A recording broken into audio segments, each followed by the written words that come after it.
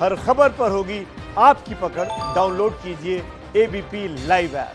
कृषि में बदलाव के टीके यानी नए नियम को, नए कानून को लेकर लगातार गतिरोध बना हुआ है किसान और सरकार के बीच में। केंद्र के नए कृषि कानून के खिलाफ दिल्ली को सील करने में लगे किसान आज लगातार 7वें दिन डटे रहे।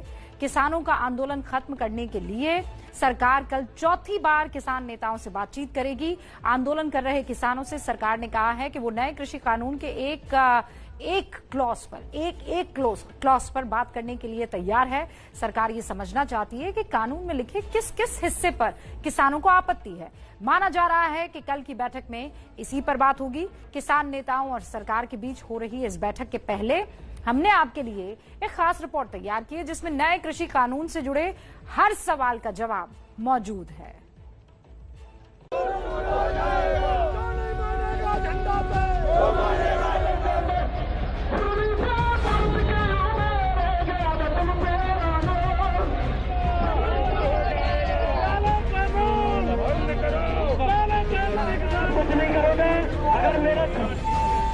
सरकार तो शोषण कर रही है हमारा, चंद पूंजीपतियों के लिए ये कानून बनाए जा रहे हैं। सरकार मुर्दाबाद। ये हमारे मौत के वारंट है। ये जो लागू कर दिए उन्होंने कानून बना दिए हैं, ये इनको बर्बाद कर देंगे। जो भी होने लग रहा है ये हमारे खिलाफ है, बिल्कुल किसानी के खिलाफ है। और ऐसा अगर हो गया तो हम सड़कों पे आ जाएंगे, हमारा कुछ नहीं बचेगा। किसान की रीढ़ तोड़ने का काम कर रहे हैं और किसानों को अटानी और अंबानी के खेत में नौकर बनाने का काम ये सरकार करने की कोशिश कर रही है। भारतीय किसान यूनियन। जिन कानूनों को लेकर किसानों के मन में इतना गुस्सा है, जिन कानूनों के खिलाफ किसान दिल्ली की घेराबंदी कर रहे हैं, उन कानूनों का सच क्या है? सरकार का दावा है कि नए कृषि कानून किसानों के हित में है, लेकिन किसान ये मानने को तैयार नहीं क्योंकि उनके मन में बहुत सी आशंकाएं और सवाल हैं। कृषि कानूनों को लेकर 3 बड़े सवाल हैं। पहला, क्या एमएसपी यानी न्यूनतम समर्थन मूल्य की व्यवस्था खत्म हो जाएगी? दूसरा, क्या नए कानूनों से मंडियां खत्म हो जाएंगी? और तीसरा ये कि क्या बड़े उद्योगपतियों के आने से उनकी जमीन छिन जाएगी? कॉन्ट्रैक्ट फार्मिंग क्या करे कि बड़े बड़े कंपनी धीरे धीरे वो जमीन उसके हाथ में चले। मेन उद्देश्य वही है, खेती को कंपनीकरण। तो कंपनीकरण होने से और कंपनी जब जमीन का धीरे धीरे मालिक हो जाएगा, वो जमीन उसके पास रखने के मजबूर होगा, क्योंकि वो जमीन लेने के बाद ऑर्डर देगा, इसे टोमेटो बनाओ या इस चीज बनाओ। सरकार के तमाम मंत्रियों से लेकर खुद प्रधानमंत्री तक ये कह चुके हैं कि कृषि कानूनों को लेकर कई तरह के भ्रम फैलाए जा रहे हैं। जो अभी हुआ ही नहीं है, जो कभी होगा ही नहीं, उसको लेकर समाज में भ्रम फैलाया जाता है। ऐतिहासिक कृषि सुधारों के मामले में भी जानबूझकर यही खेल खेला जा रहा है। इसी भ्रम को दूर करने के लिए एबीपी न्यूज ने कृषि क्षेत्र से जुड़े तमाम एक्सपर्ट से बात की और उनसे कृषि कानूनों पर उठ रहे सवालों के जवाब दिए। पहला सवाल, क्या नए कृषि कानूनों के कारण एमएसपी खत्म हो जाएगा?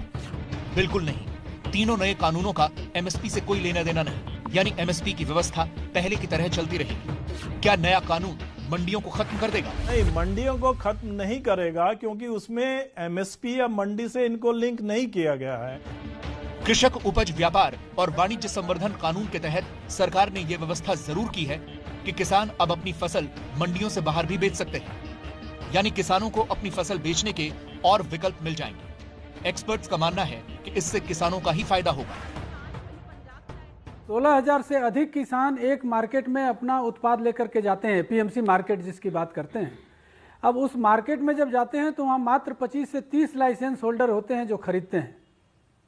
यानी हमारे ये बात हमको समझना चाहिए कि खरीदार 25 हैं और बेचने वाले 16,000 हैं।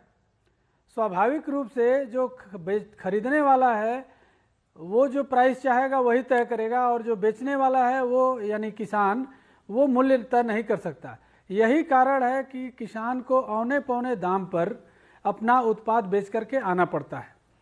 अब यह जो अधिनियम है ये कहता है कि नहीं, कोई भी किसान से सामान खरीद सकता है। एक सवाल ये भी है कि क्या नए कानून एपीएमसी पर राज्यों के अधिकारों का अतिक्रमण करते हैं? जवाब है नहीं। कृषि कानून एपीएमसी अधिनियम को कमजोर नहीं करते। ये एपीएमसी के अलावा व्यापार की अनुमति देते हैं। नए कानूनों के तहत कृषि क्षेत्र में पूंजीपतियों के आने से भी किसानों की आशंकाएं बढ़ गई हैं। जैसे सबसे बड़ा डर यह है कि क्या पूंजीपति किसान की जमीन पर कब्जा कर लेंगे? इसका जवाब है नहीं। नए कानूनों में किसान की जमीन की बिक्री, लीज या गिरवी रखने पर रोक है। ऐसा कोई भी अरेंजमेंट किसी भी कॉन्ट्रैक्ट में नहीं होगा कि वो उसके लैंड को या उसके जो परमानेंट एसेट्स हैं उससे कोई नेगोशिएट करेगा। ये केवल प्रोड्यूस के लिए होता है और अभी भी हो रहा है। एक्चुअली देखा जाए, जैसे ये शुरुआत पंजाब से हुआ था, आलू में किया गया, अभी भी चल रहा है। इस टमाटर के लिए किया गया, पेस्ट बनाने के लिए। जानकारों के मुताबिक नए कानूनों में किसानों को पर्याप्त सुरक्षा दी गई है। विवाद के निपटारे के लिए तय समय में समाधान की व्यवस्था की गई है। किसी भी स्थिति में खेत और फसल दोनों का मालिकाना हक किसान के पास ही होगा।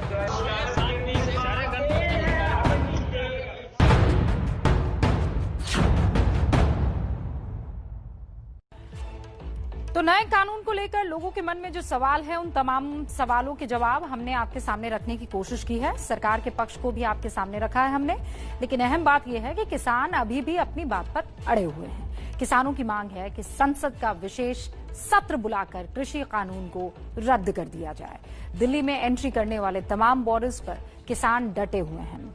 हम आपको ग्राफिक्स के जरिए समझाते हैं कि दिल्ली में घुसने वाले अलग अलग बॉर्डर्स पर या सटे उन तमाम बॉर्डर्स पर इस वक्त हालात क्या बने हुए हैं। दिल्ली में एंट्री के 7 पॉइंट्स हैं। जिन 2 बॉर्डर्स पर लाल बत्ती ब्लिंक कर रही है इस वक्त, वो है सिंधु बॉर्डर और टिकरी बॉर्डर। ये दोनों इस वक्त बंद है। 2 बॉर्डर्स में पीली बत्ती आपको इस वक्त दिखाई देगी। इसका मतलब ये है कि आंशिक रूप से ये खुले हुए हैं। पीली बत्ती वाले ये बॉर्डर्स हैं नोएडा बॉर्डर और गाजीपुर बॉर्डर। इसके अलावा दिल्ली में एंट्री वाले 3 बॉर्डर्स पर इस वक्त आपको हरी बत्ती नजर आएगी।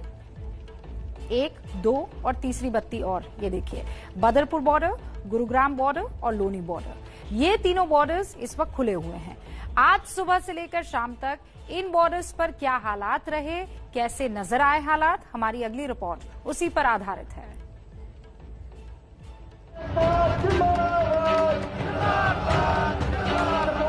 तस्वीरें दिल्ली बहादुरगढ़ सीमा पर स्थित टीकरी कला की। सैकड़ों की संख्या में किसान जो है वो यहाँ पर जमा है और जब तक हल नहीं निकलता सारे के सारे यहाँ शांतमय तरीके से संघर्ष करेंगे। काले कानून बनाए हैं, हम तो चाहते हैं कि वो सिरे से ही इनको खारिज करें।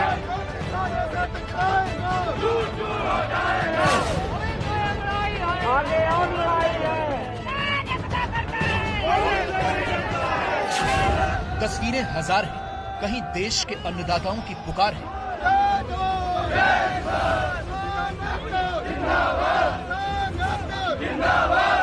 कहीं आंदोलन के बीच सियासी बयार है। सरकार की मर्जी है कि हमारी बात माने, अगर नहीं मानेंगी तो हमारा आंदोलन ऐसे ही जारी रहेगा। तो कहीं पानी वाले तोप की बौछार।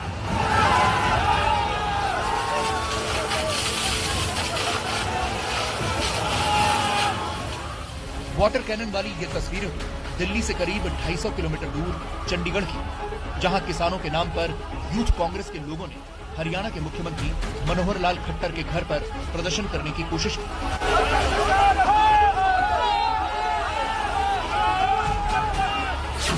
इस सियासी प्रदर्शन से अलग दिल्ली के बॉर्डर्स पर किसान अभी भी डटे हुए हैं।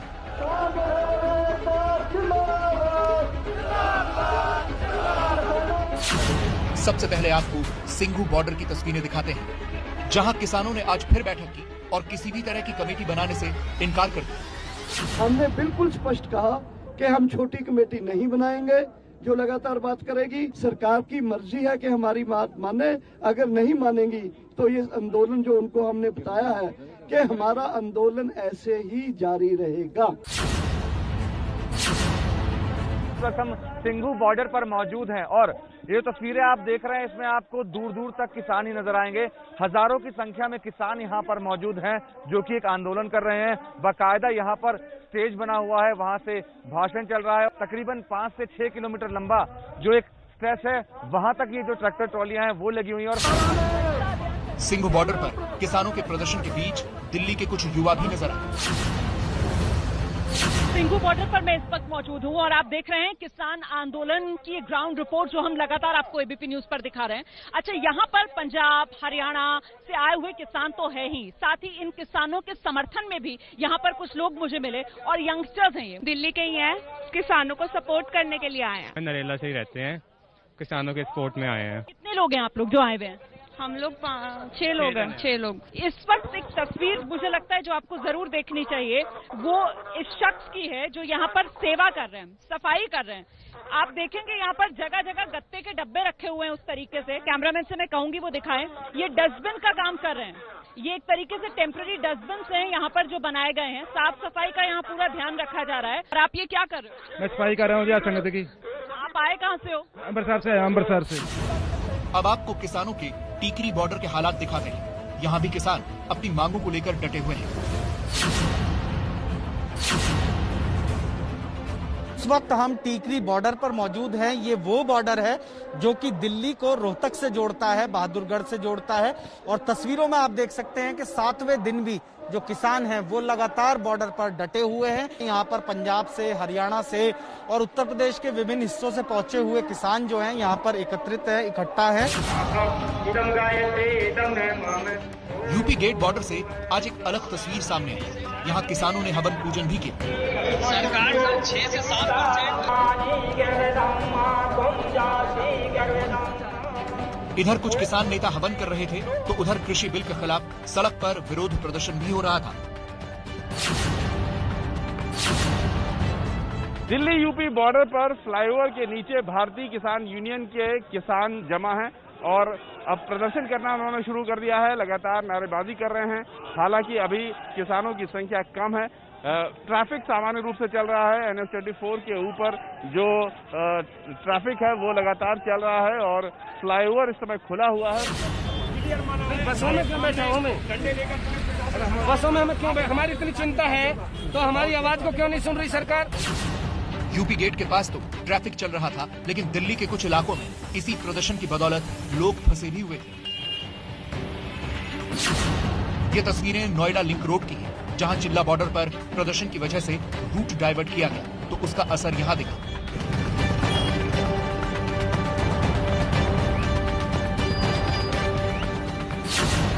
एक और तस्वीर दिखाते हैं कि कैसे दूसरे राज्यों से आने वाले लोग इधर उधर के रास्ते तलाश करके दिल्ली पहुंच रहे हैं। दरअसल अभी ये एक रास्ता देख रहे हैं जो अभी आपको बीच में खुदा नजर आएगा। यहाँ पर मिट्टी डालकर फिलहाल गांव वालों ने इसे सपाट कर दिया है। ये एक रास्ता दहीसरा जो हरियाणा और दिल्ली के बीच में अभी इसको कनेक्ट किया गया है और यहाँ से अभी आवाजाही जो है वो वाहनों की जारी है। लेकिन ये लंबा रास्ता है, लोगों को घूम कर आना पड़ता है। तो अभी कितना लंबा आपको घूम के आना पड़ा? करीब आधा घंटा ज्यादा लग गया। 20 किलोमीटर के आसपास ज्यादा घूम के आना पड़ रहा है। 7 दिनों से किसानों का प्रदर्शन जारी है। किसानों ने सड़क पर डेरा जमा रखा है। हरियाणा से खाप पंचायत के लोगों ने भी दिल्ली कूच करना शुरू कर दिया है। महाराष्ट्र, यूपी और हरियाणा के कुछ और किसान संगठनों ने समर्थन का ऐलान कर दिया है। सारा क्रांतिकारी है, क्या निर्देश करें, सब जाने ये सब ट्रेंड है। आगे अगर कल की बातचीत से आप लोगों की कितनी उम्मीदें हैं? आगे की क्या रणनीति आप लोग? कल के बाद ही बताऊंगा। लोकतंत्र में विरोध करना अच्छी बात है, लेकिन इस बात का ख्याल भी जरूरी है कि विरोध और प्रदर्शन की कीमत आम जनता को न चुकानी पड़े। हमें इस बात की फिक्र तो होनी ही चाहिए कि विरोध के बीच रास्ता निकालने की कोशिश में आम जनता की आवाजाही वाला रास्ता बंद करना कितना सही है।